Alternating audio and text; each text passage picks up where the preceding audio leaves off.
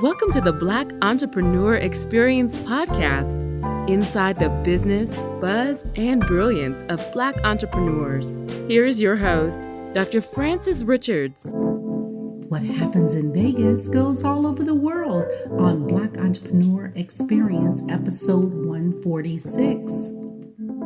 Thank you for joining us as we elevate the Black Entrepreneur Experience by interviewing CEOs, thought leaders, innovative thinkers, and Black entrepreneurs across the globe.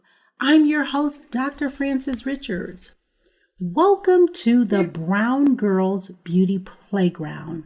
This is the place where foundations, lipsticks, blushes, scrubs, hair products, and everything that accentuates women with darker skin is located in the District of Columbia, known as Brown Beauty Co-op, which is the brainchild of not related best friends, Kimberly Smith and Amaya Smith. Hello, beautiful ladies. Hello. Hello, how are you? I am absolutely fabulous. Thank you so much for jumping on, Amaya and Kim. Why don't you guys give our audience what you'd like us to know about you and your business venture? Sure. So the Brown Beauty Co-op is a beauty cooperative and retail boutique started by myself and Kim. We're almost a year old. We'll be a year in December, so we're super excited about that. And we really opened the boutique because we saw a need to have a space for women of color to be able to come, find beauty products that are made for them in an upscale, fun retail environment that really caters to us rather than us being sort of an afterthought in the market. And we collaborated together to really create a true cooperative model. Kim and I both run individual companies underneath the brand. Myself, my brand is Product Junkie, and Kim is the CEO of Marjani. And I exclusively focus on hair care, while Kim focuses on the skincare, beauty, and foundation part of the store. And so we both sort of had ideas around this and decided to come together as a collaboration and bring both of our businesses under one umbrella to create a really holistic experience for women of color. I think that's brilliant. And I am so excited about what you ladies are doing. And tell me, what made you guys decide the name of the business? This is Kimberly. Just to go a little bit further on what Amaya said, we knew that we wanted to continue, or in Amaya's case, to create separate business models. But we thought that coming together, we wanted it to kind of reflect what we truly are doing. So the co-op truly is reflective of what the business is. This is a cooperative business, and our focus is on brown girls. So the Brown Girl Beauty Co-op, or the Brown Beauty Co-op, is the name that truly reflects what it is that we're doing. And I think to add to Kim, we wanted to be really intentional in the name about who it's for. So there's no beating around the bush. And I think you see, like, when our customers come to the store, when we have people who just pass by the store, you just see their eyes sort of light up when they see the store and the name of the store, because they know it's for them. So you get people, you come in the door and they peek in and they're like, is this for me? It's like, yeah, it's for you. So we wanted to be really intentional in using a name that really sent a message that we were creating a space for this particular group of women. One of the things, Amaya and Kim, I like what you guys said about being very intentional about what you're doing, because I remember when I had launched Black Entrepreneur Experience podcast, and what the whole mission is to eradicate the wealth gap in urban areas, and talking about generational wealth, but really to focus on businesses just like your business, where we can elevate Black entrepreneur experiences across the globe and throughout the Black diasporas. And someone had said to me, oh, you really shouldn't call it Black Entrepreneur Experience. You should call it just entrepreneur or something else, so it doesn't signify Black people, or brown people. So talk about being very intentional about that and feeling like that you cannot really express what it is. I like what you guys are doing, expressing specifically the audience that you're going after and being very intentional about that. Was there any reservations about naming the business and when you were putting everything together to even, they call it like white shading the business?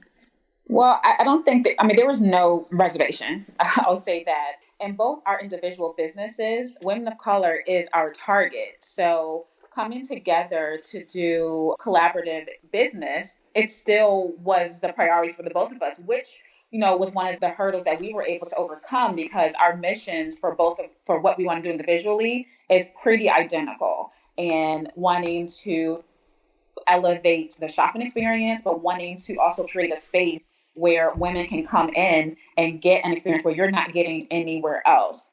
And neither one of us are shy about being, proud of who we are as Black women. And so we definitely weren't shy when it came to naming the business and then choosing a location that for some people, it doesn't kind of go together and where we're placed, even though brown women are our target.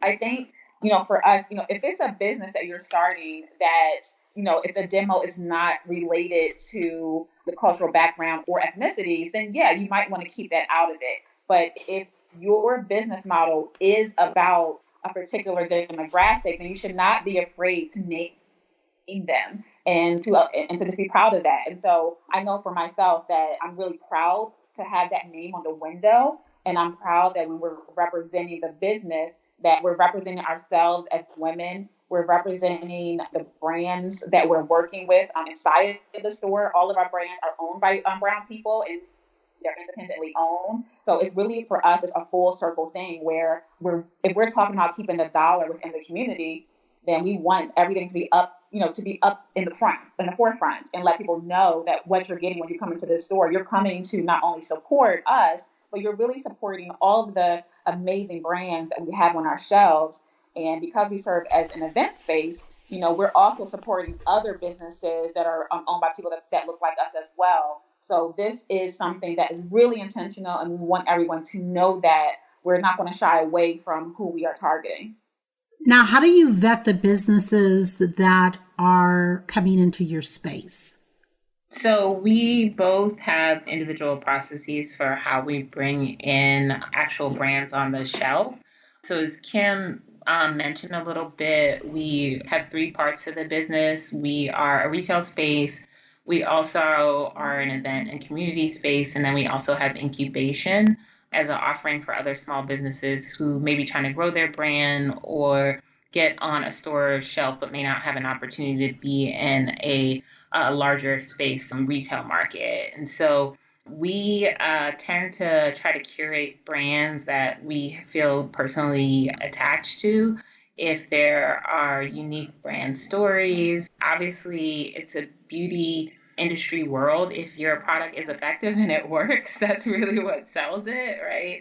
So if it's a hair product where, your curls are actually popping, or lipstick where it lasts you all night, that makes a difference too.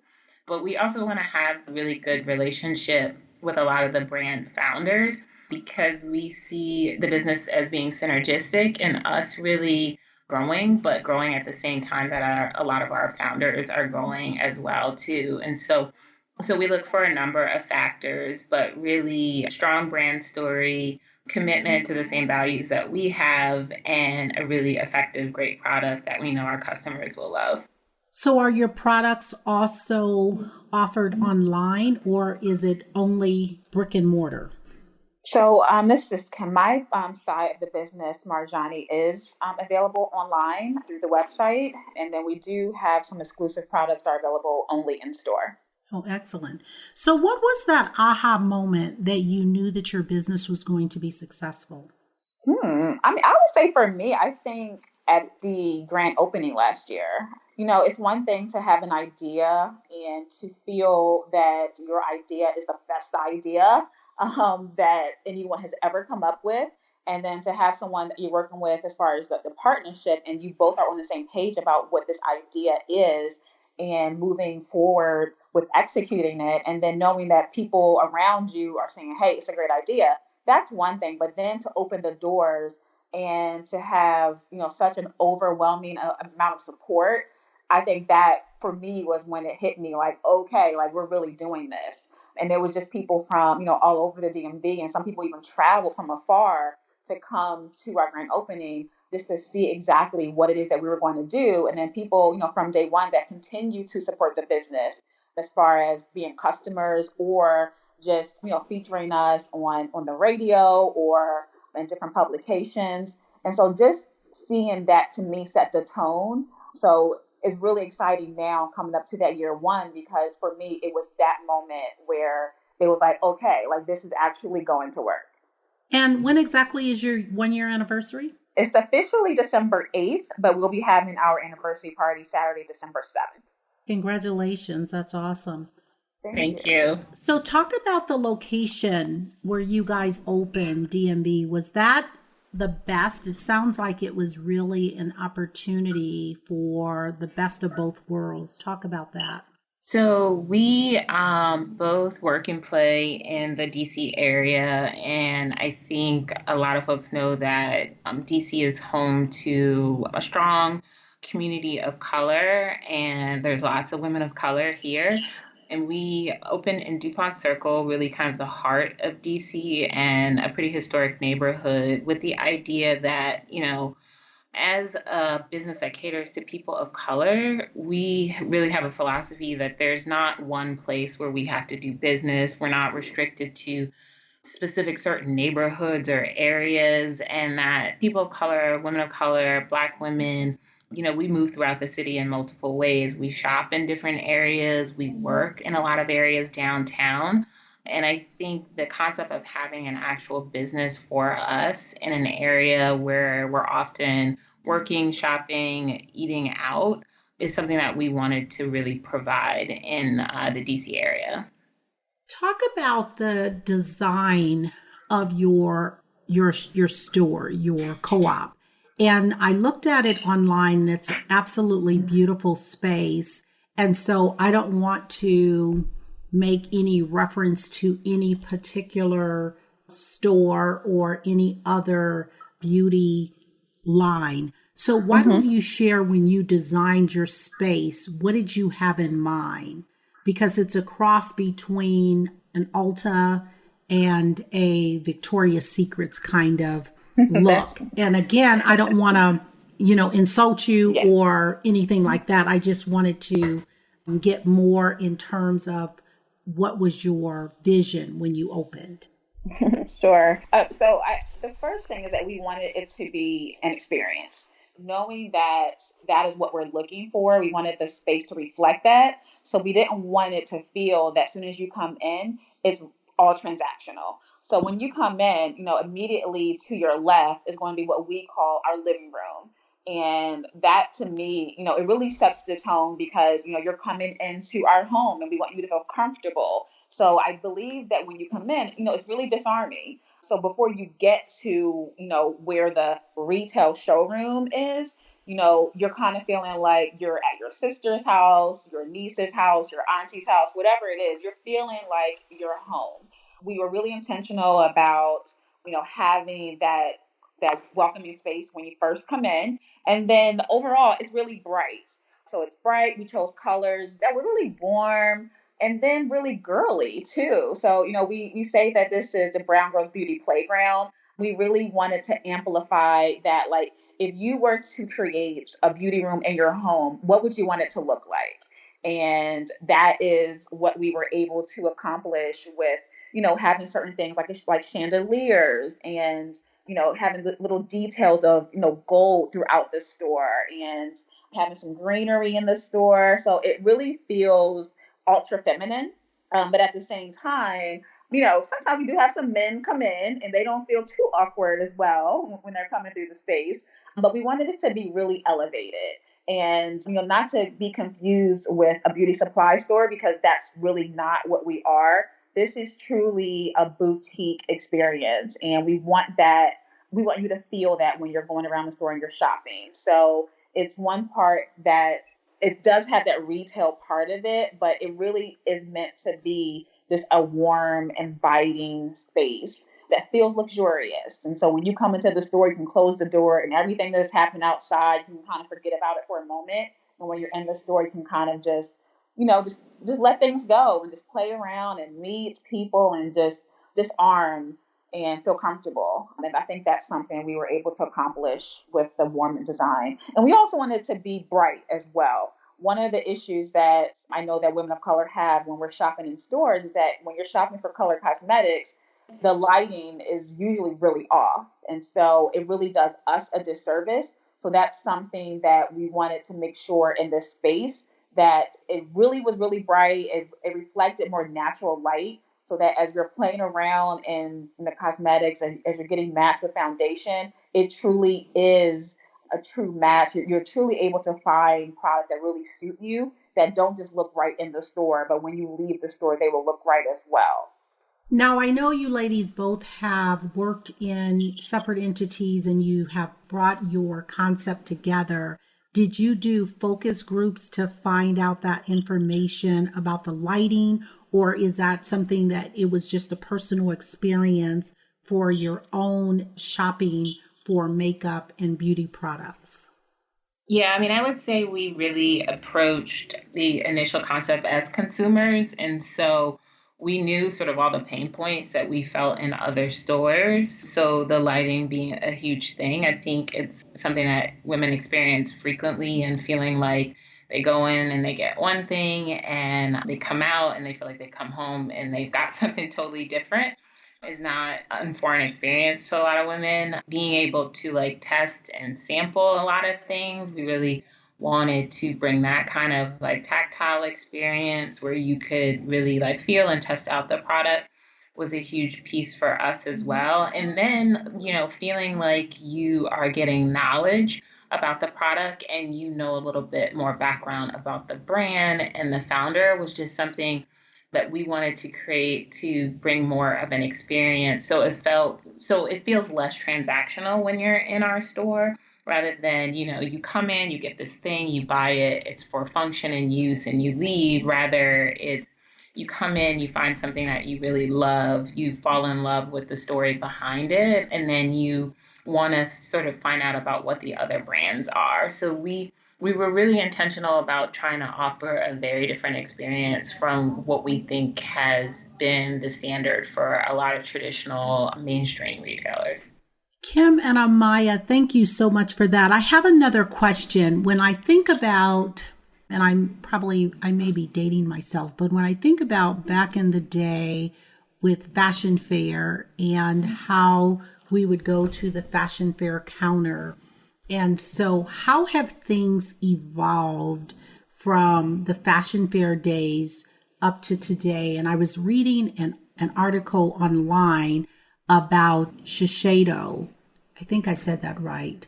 They had discontinued, a Japanese line had discontinued like 100 products from, and I guess they've been in business for 148 years or something like that, to really focus on the Gen Z and the Gen Y. Can you talk in terms of how things are evolving in the beauty and cosmetic industry and how it has impacted your business?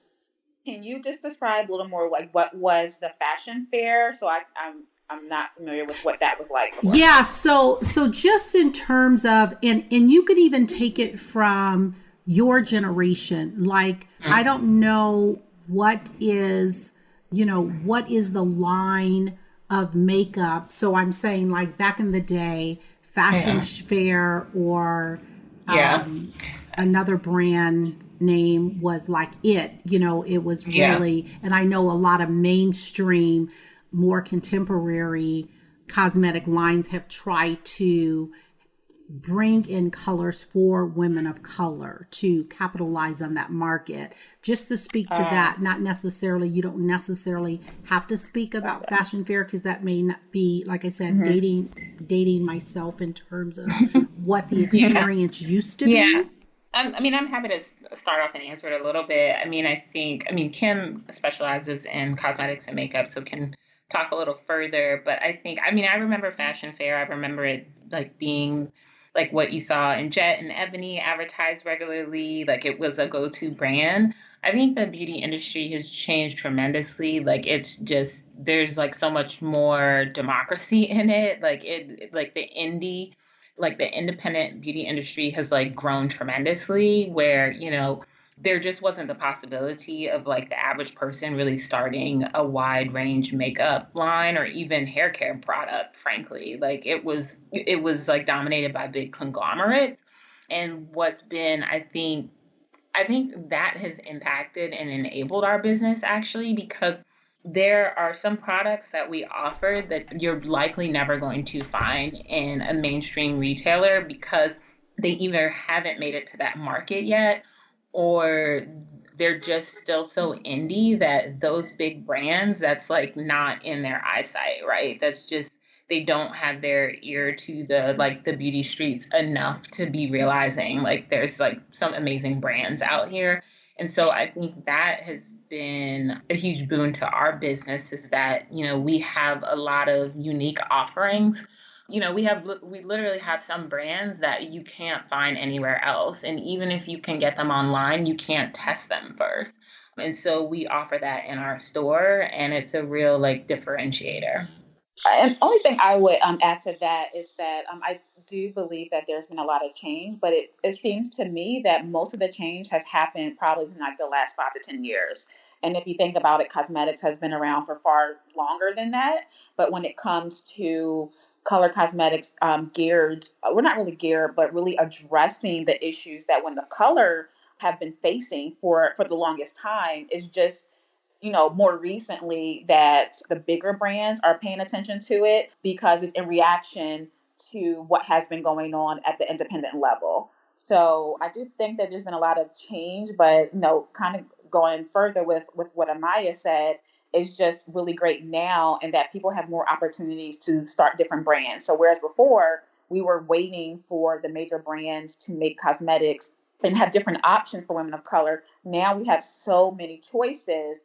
And in the space like ours, where we can actually take the initiative and discover all of these brands and put them in one place, rather than having to wait for a large department store or a Sephora or an Ulta to pay attention, or to put some of these smaller brands on the radar that are catering to women with darker skin tones. So I think stores like us, and I'm sure we're the first, but we know we're not going to be the last. But it's independent specialty retailers like us that really help to move the needle forward and given us that experience that we've been wanting for the longest time. But like now we're actually able to do it. What is something that we as consumers should know about your industry that we don't know? Yeah, I was going to say that although on the one hand, I do feel like Black women specifically are trendsetters, oftentimes we do still kind of lean on like brand name and name recognition. So I would just want to encourage people to kind of step outside the box. For those, you don't have to be. It's like the stamp of approval doesn't need to be Sephora or Ulta. Just because you see a brand in a Sephora or Ulta, or just because you don't see them in those stores, doesn't mean that a smaller brand lacks the same quality or efficacy as a brand that you do see in a major department store. I just would encourage customers just to kind of expand their minds a little bit when it comes to beauty and skincare, and look beyond. For some of us, there's still a lot of people that want to see change, but still fall into the same beauty shopping patterns where they might be kind of slow to venture off and shop from a smaller retailer. So I would just say, just give that a chance, because oftentimes these smaller brands that are not like overproducing, that still have a lot of the integrity that comes with doing like small batch production, sometimes can be, better than what you might be seeing something in a big box retailer that's more mass produced. What is your biggest achievement so far in your business? I would say for me personally, I think just the sense of community that we've been able to create. I often tell people it's like one of the few businesses that you run where there's just like such excitement from the customers.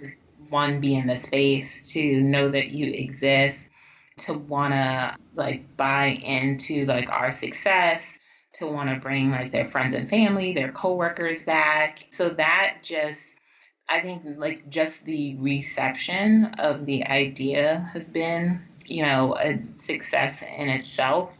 And just the feedback that we hear from customers and folks in the community, people just frankly being like thankful to us for opening up a business, which I think is not always an experience. It's not an experience that all business owners are fortunate to have. So just seeing that people really felt there was a need as much as we did.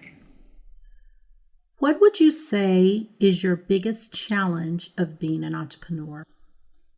Of the many, I would just maybe speak to the ups and downs. I would say, mentally, I don't know if you can prepare yourself for just I don't know, I mean, the kind of emotional up and downs that you can go through in just one day. You can kind of wake up and feel like really excited, you want to go for it, and then like something might happen where it's like, okay, this sucks, and then something else might happen where you're like, oh my God, I'm glad I did this.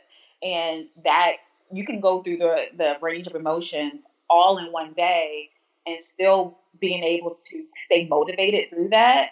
I think is a challenge that as I talk to more and more entrepreneurs, I used to think that I was alone in thinking that or feeling that, and knowing now and seeing with other people, it's like, oh no, I go through the same exact thing. So I think just being able to handle the emotional ups and downs that comes with the just the weight of having something, on your shoulders, that it's a huge risk. No matter at what point in your career or whatever you do, it's just a huge risk to undertake. And just having to deal with that on a daily, weekly basis and keeping yourself centered at the same time, I think for me has been one of the biggest challenges, making that shift from a full-time career employee to now, being a full-time entrepreneur. It's more so probably that mental shift that I wasn't aware was going to happen. So, how do you ladies keep your happy? That's a good question. I think, finding balance as an entrepreneur is key. As Kim said, it can be an emotional roller coaster, and figuring out how you find time away from the business, how you find time to spend with family and friends, and really like figuring out ways to keep emotionally centered, I think is key. Kim is at the business full time, and I still work a daytime full-time job, and then I'm at the business in the evenings and on the weekends. And so, really finding time for self-care, I think is key, because, burnout is a real thing, and really sort of protecting and holding space for yourself is key as an entrepreneur, because I think there is this kind of unhelpful culture around entrepreneurship that, you got to like rise and grind every day, and you've got to be up till like 3 a.m. working, which we know is not, it's not physically sustainable. It's not emotionally sustainable. So how do you still like do really good work, grow the business, but also make sure you're like centering your own needs, I think is a way to like put your happiness first. And you talked about self-care. What does that look like for each one of you guys? I mean, there's a number of things that I do. I mean, I love going to a spa. I love a good massage. And that is something for me that is one of my favorite things to do. And being around supportive friends and family where I'm able to kind of sometimes, just disconnect. And, this business is a huge part of who I am, but it's not who I am. And it doesn't really define Kimberly. So being able to step outside of that and be around those that I love and doing things that I love, I think is really important for me when it comes to self-care. So self-care is, when I'm putting myself, my mental space, my spiritual space, my physical health, and I'm putting that first and doing the things that feed that. And for me, friendship feeds that, family feeds that, relaxation feeds that, sleep feeds that. If there's something that need to be done, like I'm always want to choose to sometimes rest so that I can be my most effective self. And as an entrepreneur, like I don't get sick days. So it's really important for me that I do make sure that I'm staying up on, sleep and relaxation so that I'm keeping my immune system strong. And, within the course of a year, when I was working full time, I was taking off. I was taking off a good 6 weeks, if not more, per year.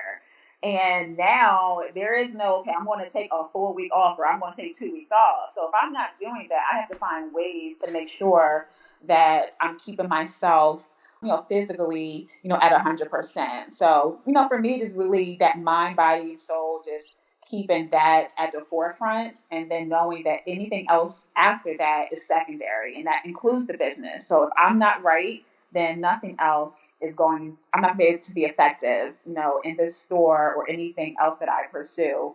So those are some of the things I like to do. Massages, vacation, when I do it, I might not be able to do 2 weeks now, but if I can get away for even 2 days, that's something that I'm finding really helpful as well. And just spending quality time with friends and family. If someone wrote a book about you today, what would they learn about you that they don't know? I mean, I think this is out there, but it's always a surprise to people is that, we're now very much like we've become like on the job experts as far as, running a business. But we both, I personally come to this work from doing something totally outside of the beauty industry. I do political and advocacy communications for a long time, and that's like what my background is in. And I think, we tell people that as part of our story, but I think a lot of people are often surprised when I talk to them. People are like, oh, well, did you work in the beauty industry? Or like, have you worked in retail? Or have you done X, Y, and Z? And I'm like, no, I've always really had a passion for beauty and specifically for hair. And that's how I came to this. But I have a whole other life and career that I've built in addition to this. So I think that's always something that's kind of surprising and interesting to people. Okay, I guess I won't skip out on the question.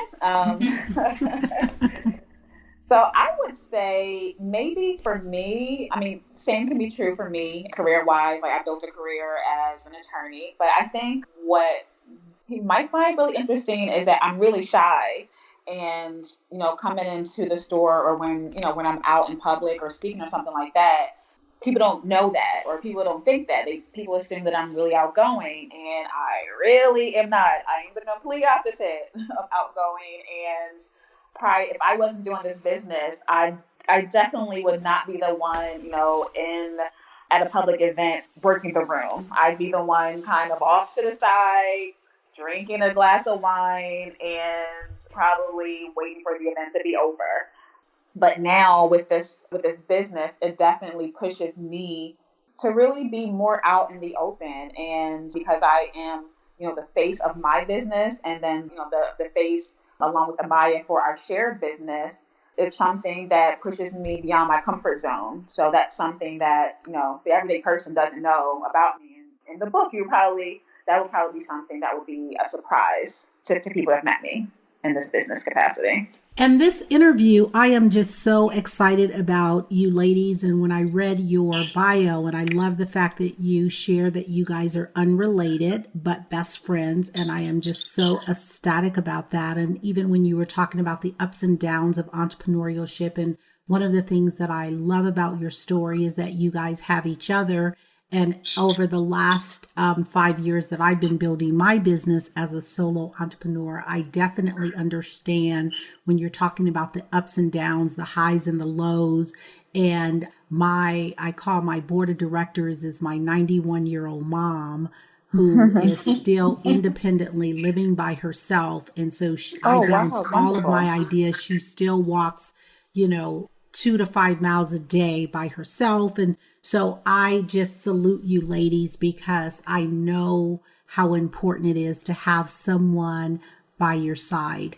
And so I wanted to say that this interview is really about your business. It's about your independent businesses, the businesses that you guys have built independently, as well as the Brown Beauty Co-op. So what I'd like you to do is to really talk about your businesses I want you to share your own individual information about your business, because I want people to support not only what you guys are doing as a collaboration, but what you're doing independently.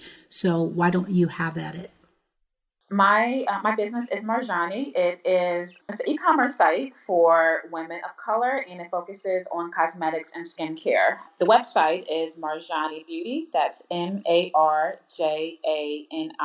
Beauty.com.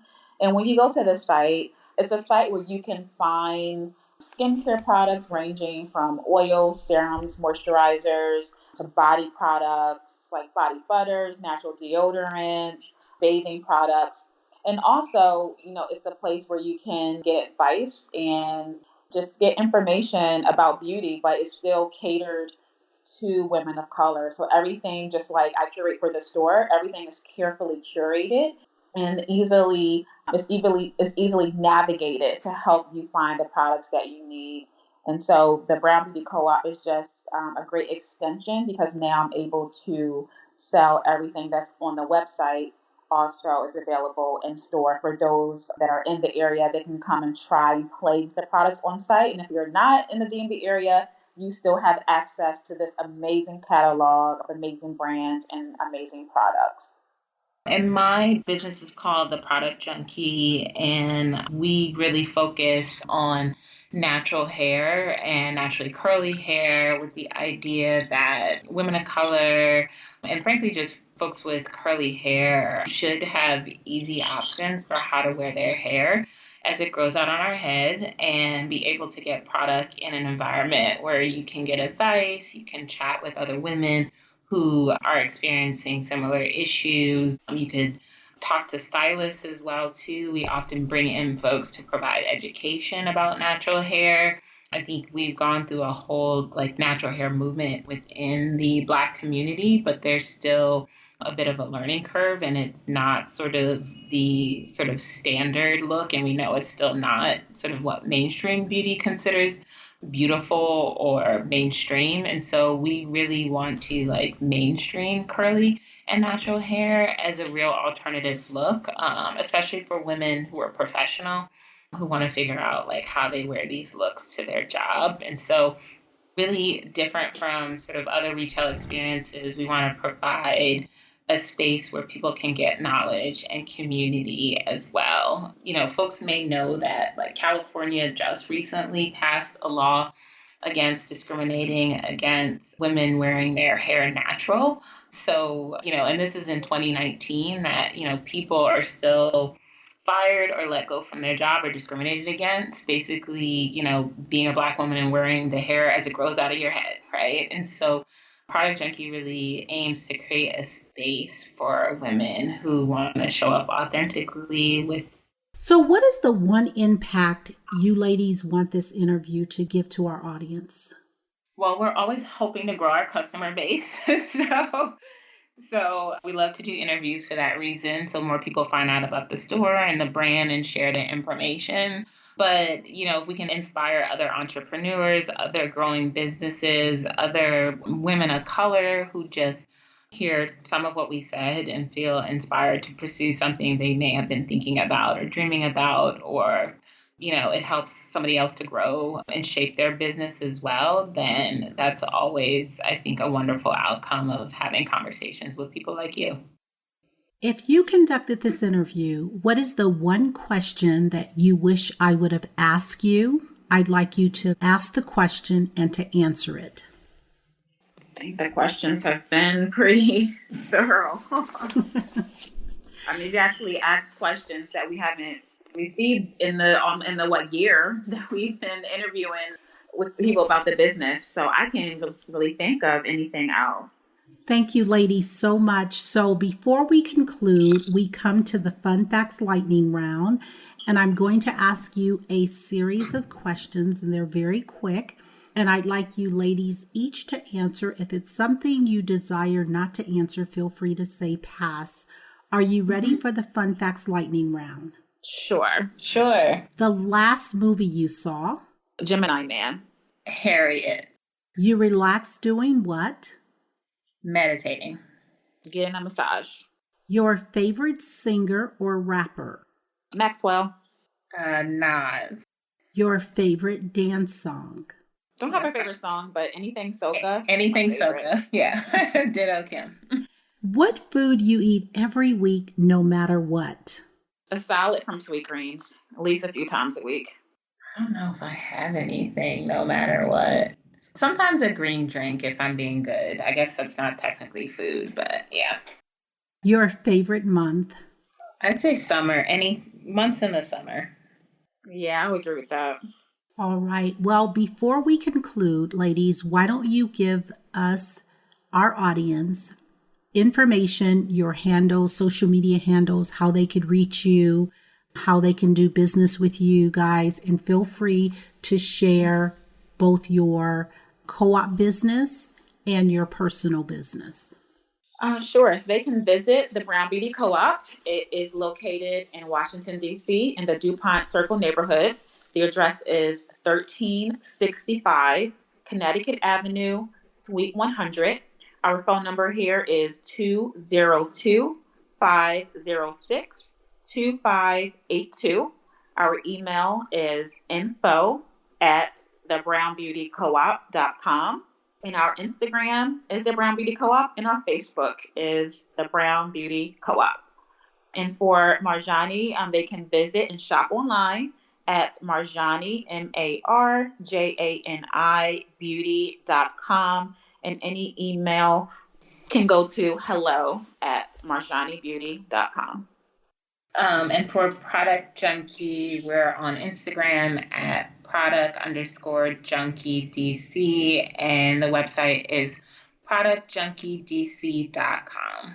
All right, ladies, that is a wrap. Thank you so much. Thank you for having us. Good talking to you. Okay. Thank you for listening and subscribing to Black Entrepreneur Experience. We would love for you to leave a review and rating on iTunes and share with your friends. For show notes and more episodes, go to www.beepodcast.com. Join us next Wednesday, and remember, green is the new black. So keep your bank accounts and your business in the black.